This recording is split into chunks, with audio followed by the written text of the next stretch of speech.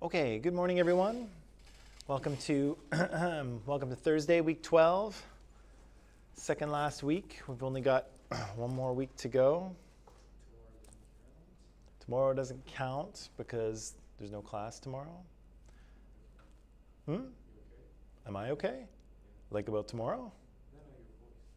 Oh, yeah. Does that sound better? Okay.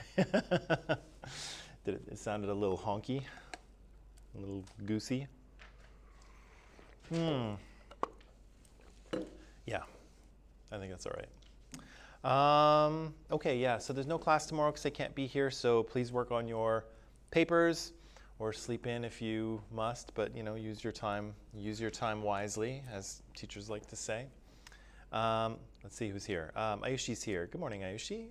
Kevin's here. Good morning, Kevin. Helen is here. Good morning, Helen. Ananda's here. Hello, Ananda. Michaela's here. Hello. Good morning.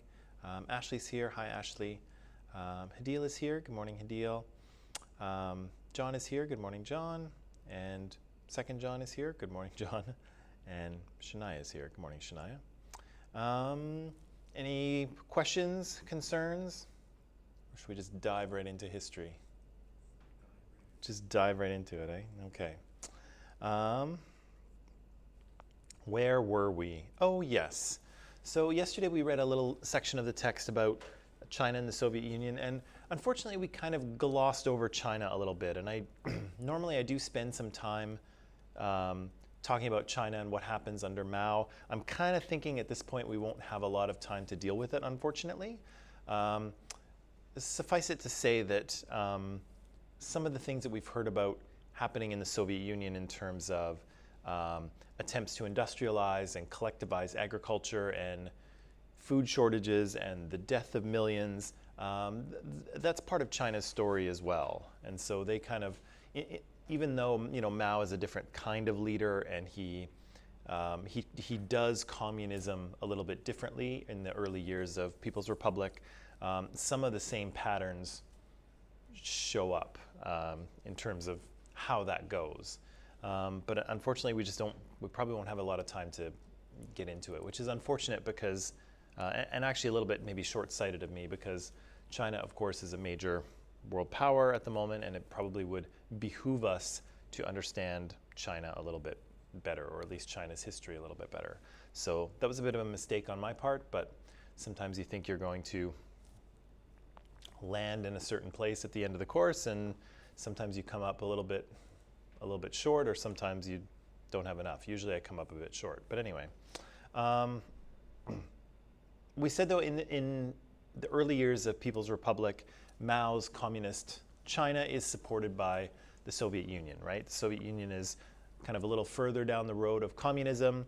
They are more powerful, they're more wealthy. They have technology that Mao does not have, because similar to Russia in 1917, when Lenin has his revolution, when Mao comes to power in 1949, he similarly has a nation full of very poor peasant farmers, and he has to industrialize it just like the Soviet Union did. And industrialize he does, right, with the help of the Soviet Union. But that relationship kind of starts to sour over time. And it starts to sour because Mao is kind of desiring, he wants to be seen as kind of a leader of the communist world. So he wants to be, he wants it to be, good morning, he wants it to be like Lenin and Stalin and Mao, right? He wants them to be like the fathers of communism. And unfortunately for him, the Soviet Union doesn't really see him that way. They think he's kind of a lower tier communist. He's a second-rate communist.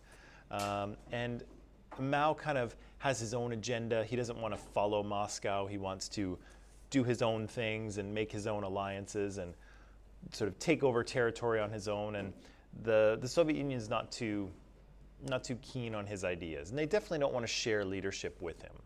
And so over time, kind of what happens is these two kind of grow apart. We heard in the textbook yesterday there's some kind of border skirmishes between China and the Soviet Union. They have some disagreements, of course, about ideology, but unfortunately for Mao, a lot of his technology has come from and continues to come from the Soviet Union. And so I made the kind of analogy. I don't know if it worked or not, but it's kind of like when you're living at home with your parents. You need them to, pay for your food and your clothing, and so you kind of have to do what they tell you to do, but you would also like more autonomy, right? You would also like to be able to make your own decisions and do whatever you want. So you're kind of stuck in this thing where you should listen to your parents anyway, but you kind of have to listen to them. And Mao is a little bit in this position, but eventually the Soviet Union says that's it. They start to withdraw their technology and their scientists and things like that, and so China kind of leans toward the Americans, right? And again, the Americans are only too happy to welcome China back to the fold, and even though they don't really agree with communism or what Mao is doing, again, the enemy of my enemy is my friend, right? And so better that China should be allied with the US than allied with Soviet Union. And so I think even though the Americans don't really maybe approve of Mao or communism, he's better with them than he is with the Soviets, at least according to them, right? We talked about the Helsinki Accords yesterday, and we said that sort of the end result of a lot of negotiations and talks between the two sides get formalized in these documents, right? And we said that there was kind of three broad areas that the Helsinki Accords dealt with. The second one is not that big, the idea of cooperation in science and technology. Not much comes of that, really. The two big ones are the confirming the borders of Eastern Europe and the Soviet Union. For them, that's a win because they wanted that to happen. And for the Americans, they get the Soviets to admit that they will respect human rights. And again, that's a win for America. And again, whether they will or not is another question, but at least they've admitted it, right? And they've signed on that they will pay attention to human rights. So, what's that? Good luck. Well, the Soviet Union of the 30s and 40s, definitely good luck, but I think you have to admit the Soviet Union has been getting a little softer as time has, since Stalin, right? Comparatively speaking. Comparatively speaking.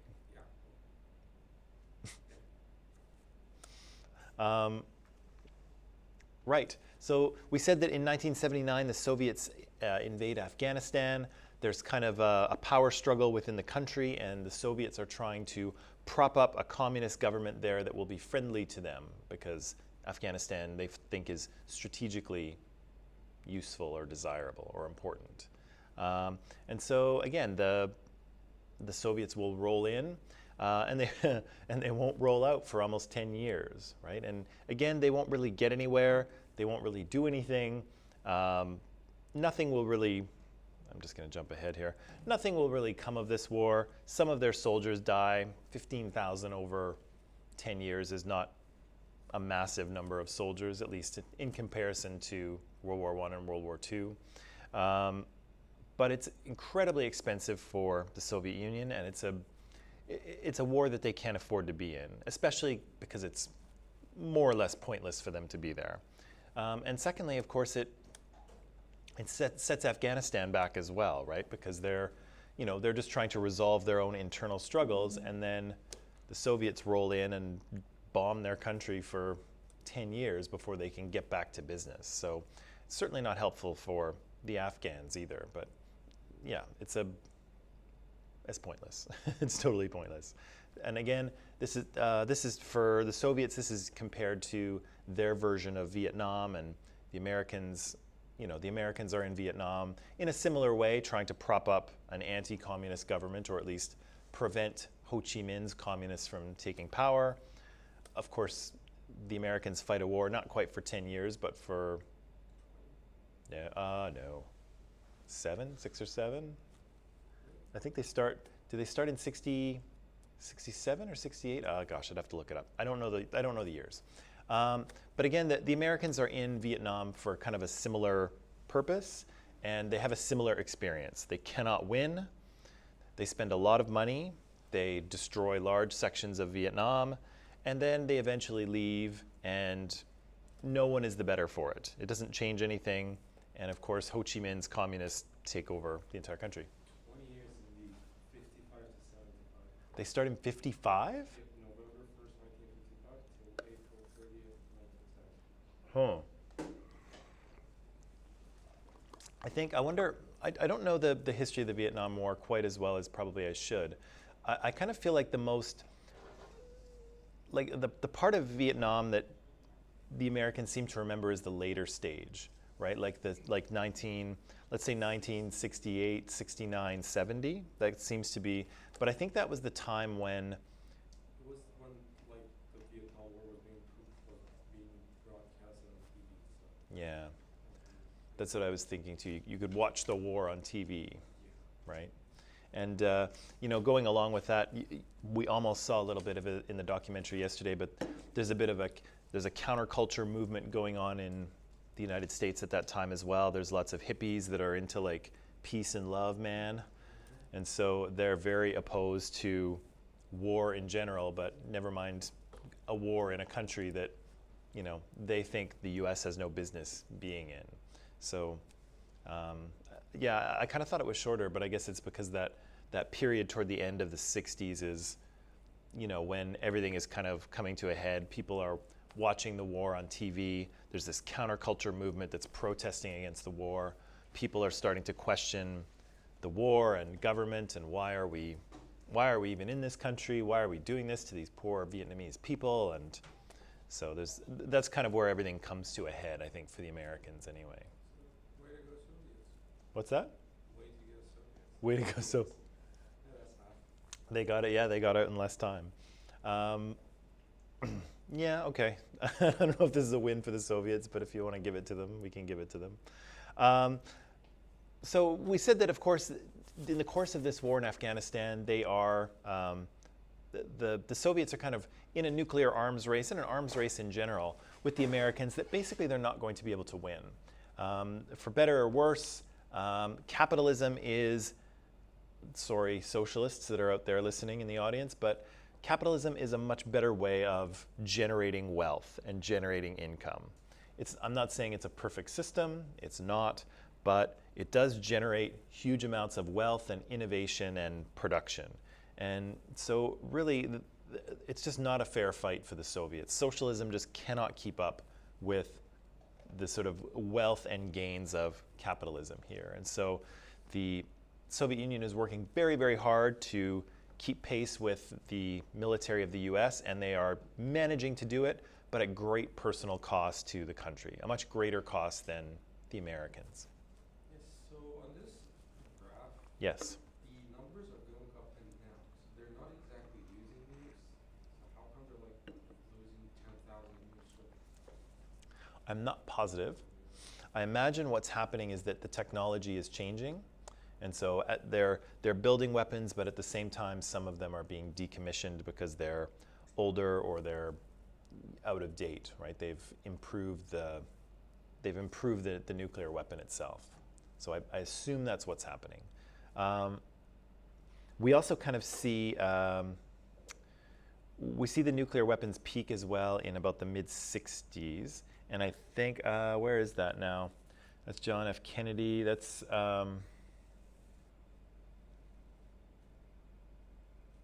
yeah, I think that's what's happening, but I'm not entirely sure.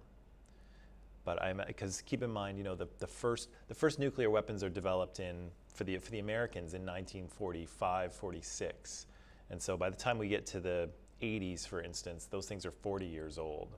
So I think that's probably what's happening is over time that the innovation is going ahead, technology is going ahead, and some of those weapons are being decommissioned in favor of newer ones that are more powerful or more reliable or some such thing, more destructive. Just a guess. Right, so the Soviets are keeping pace with the Americans in most cases, and you can see they're more or less evenly matched here. The US has more missiles, the Soviets have more planes, the Soviets have more tanks, the Soviets have more kind of ground forces in general. But of course, if your entire country is vaporized by nuclear weapons, it doesn't really matter how big your land army is, right? But either way, these two are locked in a struggle that that the Soviet Union is just not going to be able to pay for much longer. Because again, half of their economic output is going to this. And so the citizens are living a very basic level of existence. They're still dealing with food shortages. The technology is falling far behind what the US is doing. And so something's got to give, as they say. And it does. So this is going to bring us to the end of the Cold War and really the end of the Soviet Union. Okay, and so I want to take some time just to explore how that comes about, because it's a very interesting process of how this massive world power kind of disintegrates almost overnight in a way. But in a way, yeah, the cracks are showing earlier, but it's very interesting. But first of all, one of the guys we'll talk about here who will come up a lot, and we saw in the documentary yesterday, was this guy, Mikhail Gorbachev, right? And Gorbachev is a communist. He becomes General Secretary of the Communist Party in 1985, but he's in the party for a long time. He's working in a region called Sevastopol earlier, and so he's working on their improving their agricultural production down there before the party taps him for leadership. He's still alive, actually. I think so. I don't think he's died yet. He's an old guy. He's 90. 54, they said. He's 54 when he comes to power. I think he's about 90 now. But I think I haven't seen a story about his death, so I'm pretty sure he's still alive. But yeah, so Gorbachev is going to be sort of the key leader in the end of the Cold War and the end of the Soviet Union. He's going to be in power from 1985 all the way until the end of the Soviet Union in 1991 and the end of the Cold War. So in a short he's going to do a lot in 6 years. Mikhail is.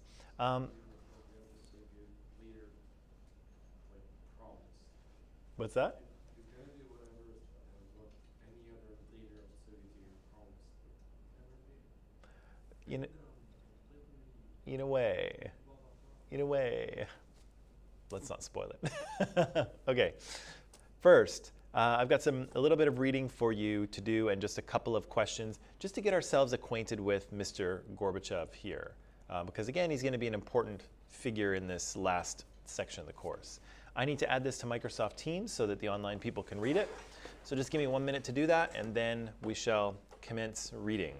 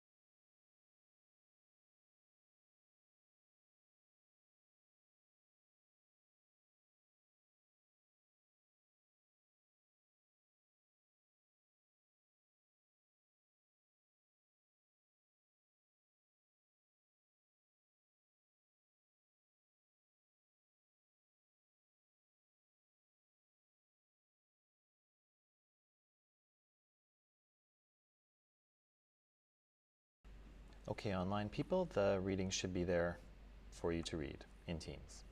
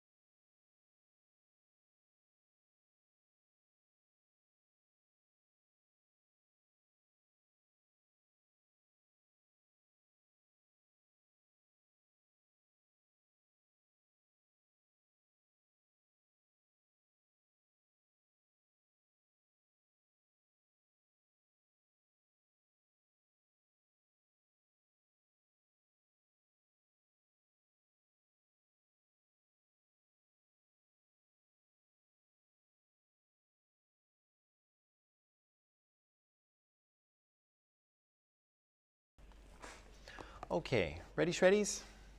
Talk about Mr. Comrade Mikhail Gorbachev. So, tell me a little bit about this guy. What do we know about him? Where does he come from? What's his background? What's his deal?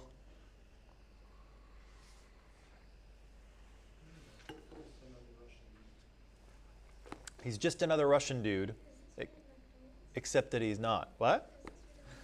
That's really a McDonald's. I imagine it might be the first one, or one of the first ones. I'm not sure if it's the first one or not, but yeah, it was a big deal in.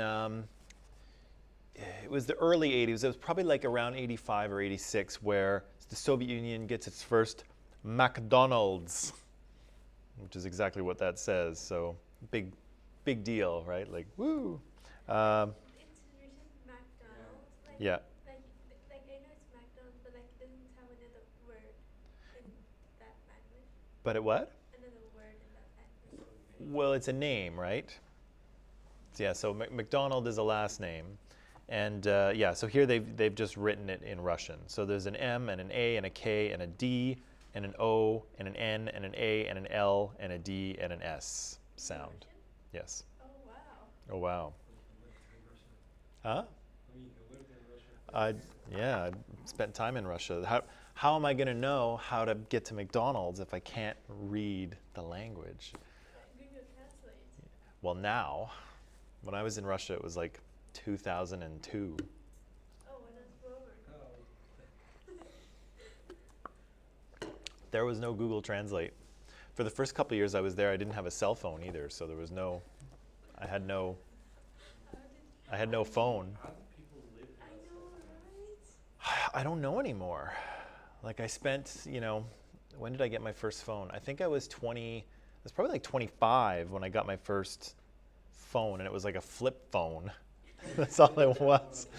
But I don't know how at the time, like I was even resistant to getting one. I was like, I don't need one, it's fine. And then I finally got one.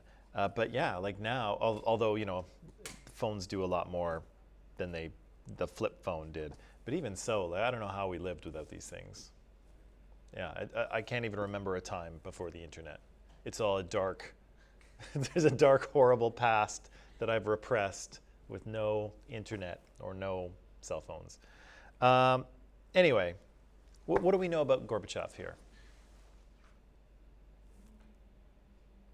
Wait, did he like start an organization? Yeah, his approach could be, kind of a de-Stalinization. So he's not going down the like heavy-handed, brutal path that Stalin went down. We know that about him. What else do we know about him?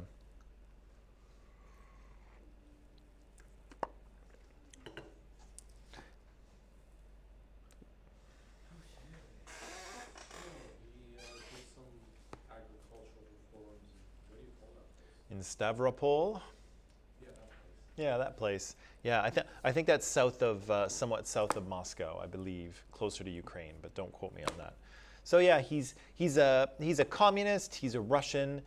He's well educated. I think he goes to Moscow State. I think he's got a law degree, if I remember, but I might be mistaken about that.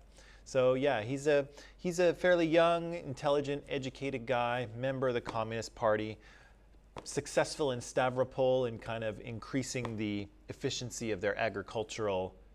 Yeah, and then he tried to do that all across the country. And I don't know what's with these people and their agricultural reforms. Whenever they try to increase their production, they just get it over. Doesn't work. Maybe let's take a pause. Take a pause there, and I'll ask you the question, because at this point in time, so we're 1985 here, right? So Internet exists. for academics, it does. For the rest of the world, nobody knows what it is yet.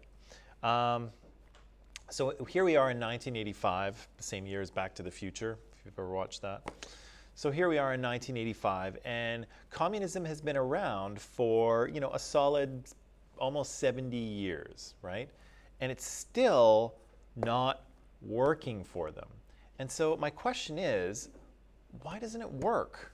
Why can't they get it to work after 70 years? Well, here's the thing. It's just like religious fanatics, right? It's like what fanatics? It's like the religious fanatics. Okay. You have to like you walk for so long and your feet are bleeding, and now you have to look down at your feet and say, okay, yeah, all this way we came was all wrong, and I have to go back. It's not easy. Yeah, I think what you're describing, actually, if you want to put a fancy name on it, is kind of it's the sunk cost fallacy, right? Well, that's a word I'll never remember. That's what? That's a term I will never remember. Sure you will. Yeah, the sunk cost fallacy is the idea that you've put so much work or money or effort into doing something that you can't even consider going back, right? And so you just continue in the same way not because it's the right thing to do or not because it's going to lead you somewhere good. It's because you put so much work into it that to abandon it, you can't even consider abandoning it, right? So the sunk cost fallacy, right? They've come so far, they're so committed to this that they can't even entertain the idea of turning back. Why else is it's not working? You think after 70 years they would have at least solved the agricultural problem, but still, why doesn't it work? They're leaving their coffins into the military. Okay, that could be one potential issue, right? They were any excess, not an excess, but huge amounts of money were going to the military. Maybe they would have had a better shot if they weren't building, an army to destroy the world, right? What else? Why doesn't it work?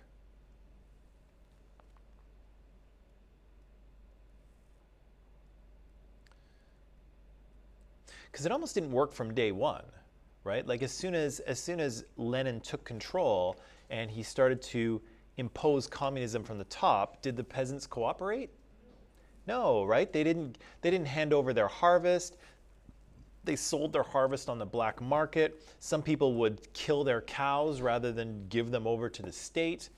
People didn't cooperate from the very beginning, right? And so, it might be worthy of consideration that the people actually didn't want this, right? This is not because the revolution came from the top. It didn't come from the bottom.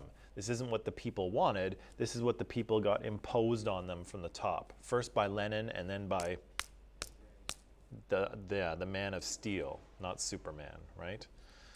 Why else doesn't it work? It's the matter of motivation. Like in capitalism, yeah, you work hard, you gain something, you can climb up the ladder and be someone for yourself. But in communism, like the principle of communism is that everything is there for everyone. The state will provide anything you want. Just don't ask to go in for your life to be any better, to climb any ladders because there aren't any. Yeah. So we're a species that we want to do something.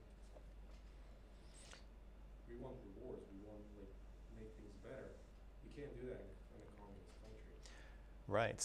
So kind of what you're saying is what's missing here seemingly is the profit motive, right? So in a system where everyone is guaranteed a job and everyone is sort of supposed to get all the things that they need to survive provided by the state, and you just work for the state, if you can't really get fired, and if you know that your rent and your food and everything is always going to be paid, why work harder?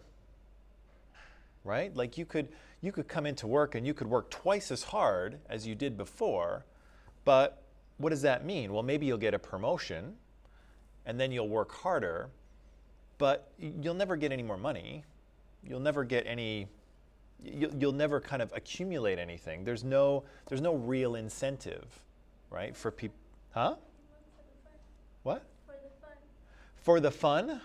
You come to school for fun? I can't even get you guys to show up to class. Now, imagine if I said, okay, Aliana, you're getting a C+ in this class, but you're going to have to work twice as hard for it. You going to be happy about that?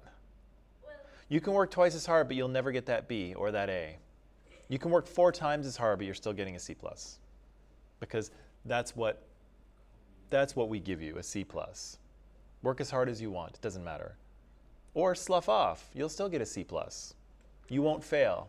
Yeah, I'm good with that. There, yeah, you're good with that, right? And many Soviet citizens are good with that as well, right? So again, there's not a lot of motivation, there's not a lot of innovation, there's not a lot of reason to do things faster or better or more because you always get the same thing. It doesn't matter how hard you work, you're still going to get a C+, right? Hitler's thing that you'd work for the rest of your life. That would have been a really nice motivation. That's a lot. Yeah, that's the opposite thing, right? If you don't get an A, I'll kill you. Right? So that's the other side of the spectrum, right? It's pretty motivated. Well, yeah. People are motivated. Maybe you're working in a place that you like, a workplace that you like. So It's possible, right? And again, it's not like everyone is just sitting around doing nothing, but it's not the same as capitalism, right? Capitalism, if you don't work hard, you lose your job, and then you have no money, right? So you have to work at least hard enough not to get fired, right? And then, but if you want to work harder, in some cases, there is actually potential for you to gain more, right? To gain more prestige, to gain more responsibility, and to gain more money in the process. And again, in social justice terms, I'm not saying that everyone has equal opportunity in that regard, but the opportunities are there. Whether they are fairly handed out is a totally different story, but they do exist, right? But in communism, not so much, right? And so that's one of the things that I think people often point out about communism is that there is in pure socialism, there is no incentive to do any better, right? And again, imagine the first day you come into this class and I say, Aliana, you're getting a C+. Show up, don't show up, work your butt off, whatever. I'm going to give you a C+, right? And yeah, so you're like, bye, right? Some people might actually work hard anyway, right? Some people might work semi-hard, some people, bye, right? And then, so people will do all sorts of things, but again, there's no real motivation, right? There's no motivation to do any better because you know what you're getting. It doesn't seem to matter what you do, and so, people will kind of just do whatever they have to get by. And again, I'm not saying capitalism is, a perfect system because it most definitely is not. But the motivation is there, right? There is opportunity for people who want to work harder and innovate and gain more. Not everybody wants to, but for some people it's there. But in the Soviet Union, it's not there. And so for the most part, people kind of just, are happy with inefficiency. They're happy with, just going to work and putting in their 8 hours. Doesn't really matter if they get much done. They were there. They did work for 8 hours. It doesn't matter if it was useful work or efficient work or even if it means anything because they're just going to, yeah, they just do what they're told and then they go home, right? And again, that's a seemingly stress-free way to live your life, but it doesn't really result in any gains for society, right? Nobody is really pushing ahead, or very few people are. Right, so Gorbachev comes to power then, and he sees the Soviet Union has problems, right? Lots of economic problems. We know them well. We've discussed them. And so he has kind of 4 broad ideas that he wants to put into practice. And what's one of those ideas? Whatever, reforms. Perestroika. Perestroika. Da. Pere is the kind of Russian prefix for like to change around or to move around. Pere, to move around. And stroika comes from the verb stroit, which is to build. Yeah. So it's a reorganizing, a rebuilding. Perestroika, right? So he's going to reorganize or rebuild the economic system, but also the political system, right? So he's got big changes are going to come to the Soviet Union here. What's another one? We'll get to that in a second. Demokratizacja, or democratization if you want to make it English, but demokratizacja, right? What's he doing with demokratizacja? What is he proposing? Что? Allowed some elections to go around. Russia had its own president for the first time ever. There wasn't a communist. That comes a little bit later, but yes. So he will start to add little elements of democracy into the system, right?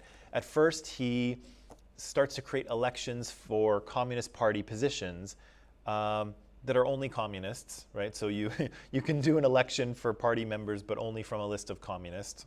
But still, you can choose, right? So he starts to add in little elements of democracy, but he's going to add a big one when he creates the Congress of People's Deputies. But we'll get to that. Huh? Acceleration. What was the Russian word for acceleration? Something, oh yeah. Uskorienie. Uskorienie. Right. So that's acceleration, right? So he has this isn't really so much of a policy, but it's the idea that, like, we need to get moving here, people, right? We're dragging behind, everything is slowed down, everything is stagnant, it's not moving. We need to get the economy going again, right? Which again is very true, Mr. Gorbachev, but people have no incentive to move, right? And in fact, for decades, they've been not moving, right? They've been phoning it in at work for quite some time, right? So saying we got to get going, you need more than that, right? You're going to have to, you need more than that. But he's right. They have to get moving. Uskorienie, acceleration. What's the last one? Glasnost. What's glasnost? Openness. What does he mean? What's open? Huh? Not closed. Yeah, I know. I know open is not closed. I mean, what does it mean in this context? Let the people know, and freedom of the press, freedom of speech. Right. So yeah. So he kind of lifts a certain degree of censorship, right? Saying that you can speak now. You can talk about things that weren't talked about. You can criticize the government. You can point out what's not working. Gorbachev has this thing, and we may see a video on it. I'm not sure if we'll have time, but he says, this is a country of highly educated people, which it was. They had state universities in the Soviet Union. People went to them. There's lots of educated minds in the Soviet Union at this time. But he said nobody's allowed to say anything, right? Because of fear of, the KGB showing up at your house to question you about your loyalties, right? So Gorbachev says all the most important conversations in the state are happening around the kitchen table, right? Because that's the only place where people can really safely express their ideas, at home, in their house, around the kitchen table with their family or maybe their close friends. But you can't say it in public, right? And so Gorbachev is saying, how are we ever going to reform the system and fix the problems if nobody is safe to actually point out what the problem is, right? Again, if you need to fix the leak in the roof, you can't fix it if anyone says anything about it, they get killed, right? So everyone just ignores the leak in the roof because you can't point it out, because if you do, you'll be in deep trouble, right? And so the roof never gets fixed. And so Gorbachev says if we're going to fix things, people have to actually be free to point out what's wrong and then to make suggestions about how it could be better. And again, this is a reasonable approach. This is a reasonable policy. But again, it's going to be a little bit of a Pandora's box for Gorbachev. It's going to release all sorts of things that are going to be difficult to control. It's a well-meaning policy, and it's probably what needed to happen. It just isn't going to work quite the way he thought it was going to. That's another classic Soviet Union stuff. What's that? Things aren't going as planned. It's true, right? There's a classic. There's a difficulty in kind of anticipating how things will work. And I guess that's always true if you're in any country you govern, but probably particularly true in a state where a small group of people are making decisions for the entire nation, and the entire nation is not allowed to speak up and tell you what they want, right? So yeah, things are going to backfire because you don't know how the people are going to react, because you don't even know what they think, because they're too afraid to talk, right? So again, I think democracy has a bit of a leg up here in, at the very least, you know how people feel, right? People will express when they're not happy with your tax increase or whatever it is, right? Okay, so Gorbachev's got three things. He's got uskorienie, he's got demokratizacja, he's got glasnost, and he's got perestroika, right? Okay, you want to take a little break? Okay. You want to do the last question? You really want to do it? Okay, last question then. The enterprise law. What's this enterprise law?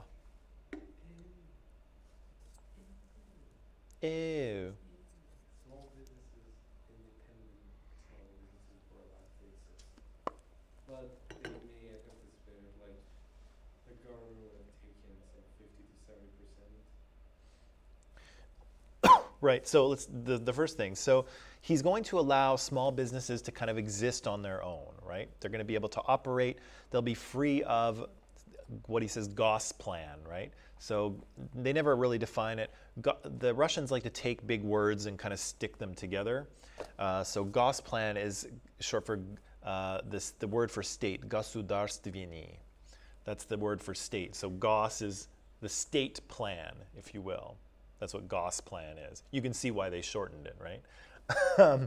But so yeah, there's this central economic plan which was making decisions for the entire country, and Gorbachev is saying, you know what, we're going to set a few of you free, operate as you will, deal with customers on your own. We don't want to make decisions for you. You figure it out, right? Which almost sounds like what? Well, yes, because it's almost an element of capitalism, but go back to Lenin. What does it sound like? The net thing?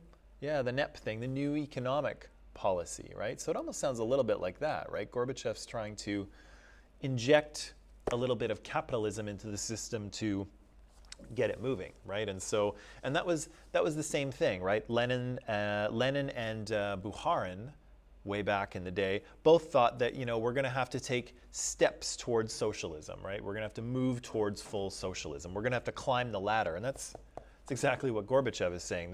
We have to climb the ladder to socialism, and it's like, yeah, but you were on that same step of the ladder 70 years ago, and now you're back there, right? So again, the alarm bell should be ringing, but I'll leave that aside. Yeah, so he creates this kind of a little bit of profit motive, a little bit of incentive, and sets these small businesses free from the state plan to kind of do as they will, right? Deal with customers on your own.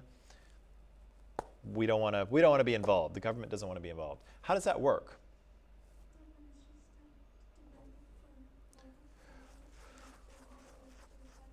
Right. So some of the things that are produced by these factories or businesses start to be bought up by the state, and so they never really make it.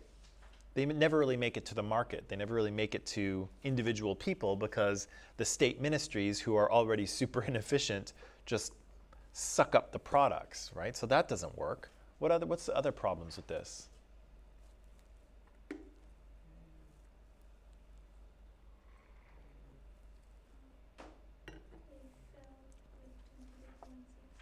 They what?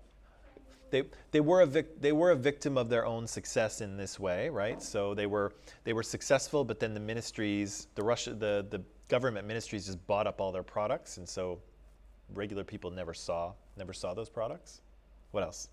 Two more things. The regular people themselves felt like they didn't have a good feeling to those people who were making a lot of money. Right. So sort of decades of communism, even though again its success has been questionable, there has been a cultural change, right, in terms of what people value in the Soviet Union. And so the Soviet Union, the people in the Soviet Union like equality, right? They don't like to see someone rising above everyone else, because of course for decades they've been strongly encouraged not to have that happen. And so here, people who do start to rise above, they get kind of boycotted, right? People don't want to deal with them because they're, oh, well, look at you with all your money, right? So there's that kind of feeling. What else is there? Actually, there's still two more things. I forgot about that one. Wait, you just answered economic inequality. What's that? Economic inequality. Yeah, well, I forgot about the economic inequality thing, but there's two other pieces to this, why the enterprise law doesn't work. The thing that they don't know how to manage themselves. Yeah. Because, they were like czars, serfs, and all of a sudden, everyone owns everything. The state will pay for everything. You don't have to worry about a damn thing. Yeah. What? No one needs to worry about it. Yeah. Like Gorbachev is basically proposing that these businesses act like small businesses, independent, privately owned small businesses, just like in the West, which is fine if people know how to do that. But nobody knows how to run their own business here because nobody has any experience with that in the entire country, right? Everyone has gone from, again, a feudal serfdom thing where peasants were tied to the land, and then they went right to a Soviet system where they were part of a socialist economy. They've never had private enterprise. They've never had capitalism. They've never had the market and the invisible hand and supply and demand and all that stuff. They've never had any of that. So, yeah, so they don't really have any experience with how to run businesses anyway. So they're not really that good at it. What's the other thing? One more thing. What's that? Taxes. The taxes were dropped. Like The- they did climb up to 90%. No. Began at 30% and then went to 90%. Yeah, so they start out at about 30%, 20%, something like that. But for a while they go up to 90%. What is the point of trying to make money if the government is going to take 90% of your profits? Is there any point? No, right? So there's no incentive there, right? You've taken away the incentive because the government will just take your profit. So work as hard as you want, but the government will take most of it. But that was resolved. That one, yeah, that one's dropped down. 50% is pretty high. What's that? The maximum. Still a lot. Still a lot. I don't know how Better than 90. it is. 10% is a lot. It is better. It is 10% 10% is a lot. Yeah, like you're earning 1 million and they're taking a lot, a big portion of money. Corporate taxes in Canada are, they vary, I think, depending on your business, but most businesses are probably paying around 20% of their profits go to the A lot of government. money. Yeah. Don't make them really bad. And individuals individual income tax runs from about, I think, 22 to 26 or something like that. So, 22? yeah, something like that. There's different brackets. What? Yeah, I do. I pay PST, I pay GST, I pay income tax. It's like half of your money. Wait, already. PST and It's not half, but it's a lot. GST is like a VAT, right? No, like, It's a government so what's the PST then? provincial sales tax. The PST is like, Is provincial, yeah, so the provincial sales tax goes to the BC government, GST goes to the federal government. And that's why I really don't like and then what's that the normal federal tax? system. Like in a system where it's not a federal, where they're actually provinces and not province. Like in Canada, you call them province, but you act like you're states. In countries that they're actually provinces, you pay the tax to the central government and then they distribute it all across. They don't have to pay GST, PST. That's why you should go to Alberta. CST and all that. That's why I guess it's true, but you also pay for a little more autonomy, right? You pay for a little more power, I guess. The more you earn, the more taxes you pay. Yeah. To a limit, to a certain limit. I mean, once you get into I forget what the highest income tax bracket in Canada is. It's probably around 26 or 27%. But once you're there, it stops mattering. Like if you make $1 million or $4 million or $8 million, it still stays at 26 or whatever it is. Still, you can lower that by, hiring an income tax person, and then they'll make you tax file. If you have deductions, if you have, What if you're doing part-time? what's that? What if you're doing part-time? Yeah. Everybody, your tax bracket is dependent on the amount of money you earn, and you can Google this if you want. You can find it. And so, yeah, people who earn more pay more income tax, but really, once you get to that higher tax, the highest tax bracket, it doesn't matter. You will get your money back, right? What's that? Taxes? Yeah, If you'll get your money back? yeah, the taxes money. No. The only way you get it back is if you have something you can deduct. Because the thing is, I know because there's an income, you have to make an income tax file, and then there'll be income tax return. You don't get all your money For back. students, You don't get There's only money only comes back if you have a deduction. So the government will give you a deduction for things that they want to encourage. So like tuition, often there's a tuition deduction because they want to encourage people to go to school. There's a deduction for putting money into a retirement savings plan because they want to encourage people to do that. So if you do those things, then you can deduct some of it off your taxes, but you're not getting it all back because we're not citizen here, why should we pay taxes? That's because you live here and you're using our transit and you're driving on our roads and Hey, we pay for that. you're taxes. you're plugging your computer into our outlets, which come from our power plants, and Pay for that power too. you pay for the power, but there's a lot of other costs that, No, we're not permanent here, hey, if you're here, you gotta pay to use our stuff, just like we do. Literally all the laws apply to us too, except for two. Right? Charter of Rights and Freedoms, right? Anyway,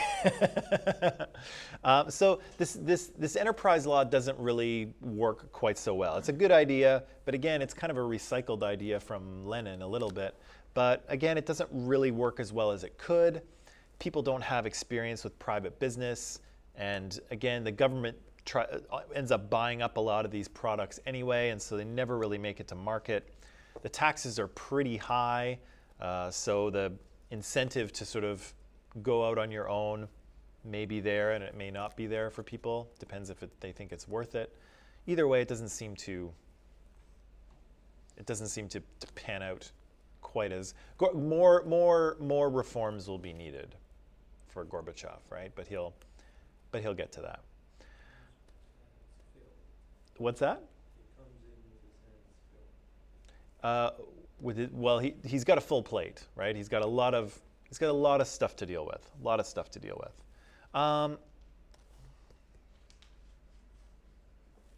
Let me just see here. Instead of taking a break, why don't we just go to the video? Because that took a little longer than I thought it was going to. And instead of having a break and coming back, yeah, let's watch the rest of the video here, because that'll do it, okay? So for online people, the Cold War video is still in Microsoft Teams, and I'll get you to watch from, I'm just going to put it in the live chat here, from 1 hour and 58 to the end, okay?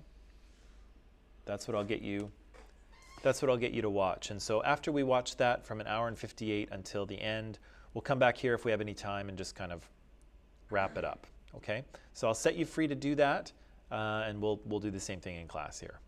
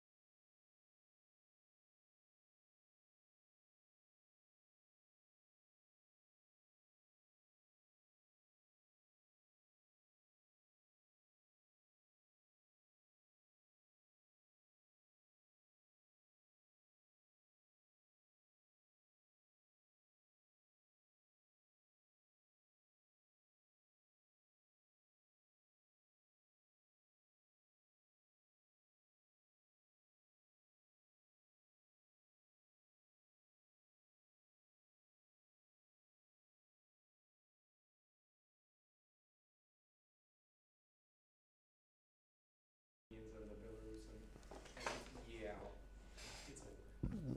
True, but we'll get there. Okay, people, so we've just got a few minutes left.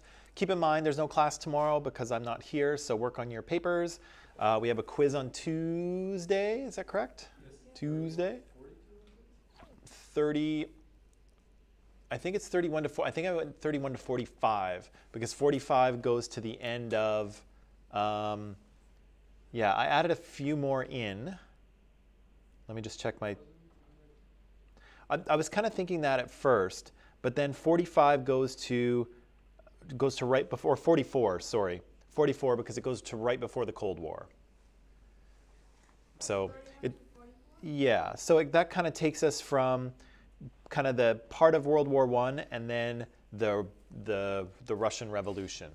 So it's just kind of that section, the latter half of World War II, and yeah, so it's not as much as it seems, at least I hope. Besides, it's only 5, I can only ask you 5 questions, so think about what the most important things might be. Yeah, but that's an easy one. Isn't everything important? What? Everything? Well, everything. Some things are more important than others. You know, I don't need to know the name of Lenin's dog or anything. Anyways, So you we don't need just to read know it? what the Ukrainians call the Ukrainian famine. We don't, right? No, well, it might be an interesting. That might be an interesting question to talk about. To talk about that as a genocide. I'll figure it out. I'll figure it out. Okay, that's all I have for you today. Go in peace. I will see you Monday for the last week. Last week. Okay. Oh my God.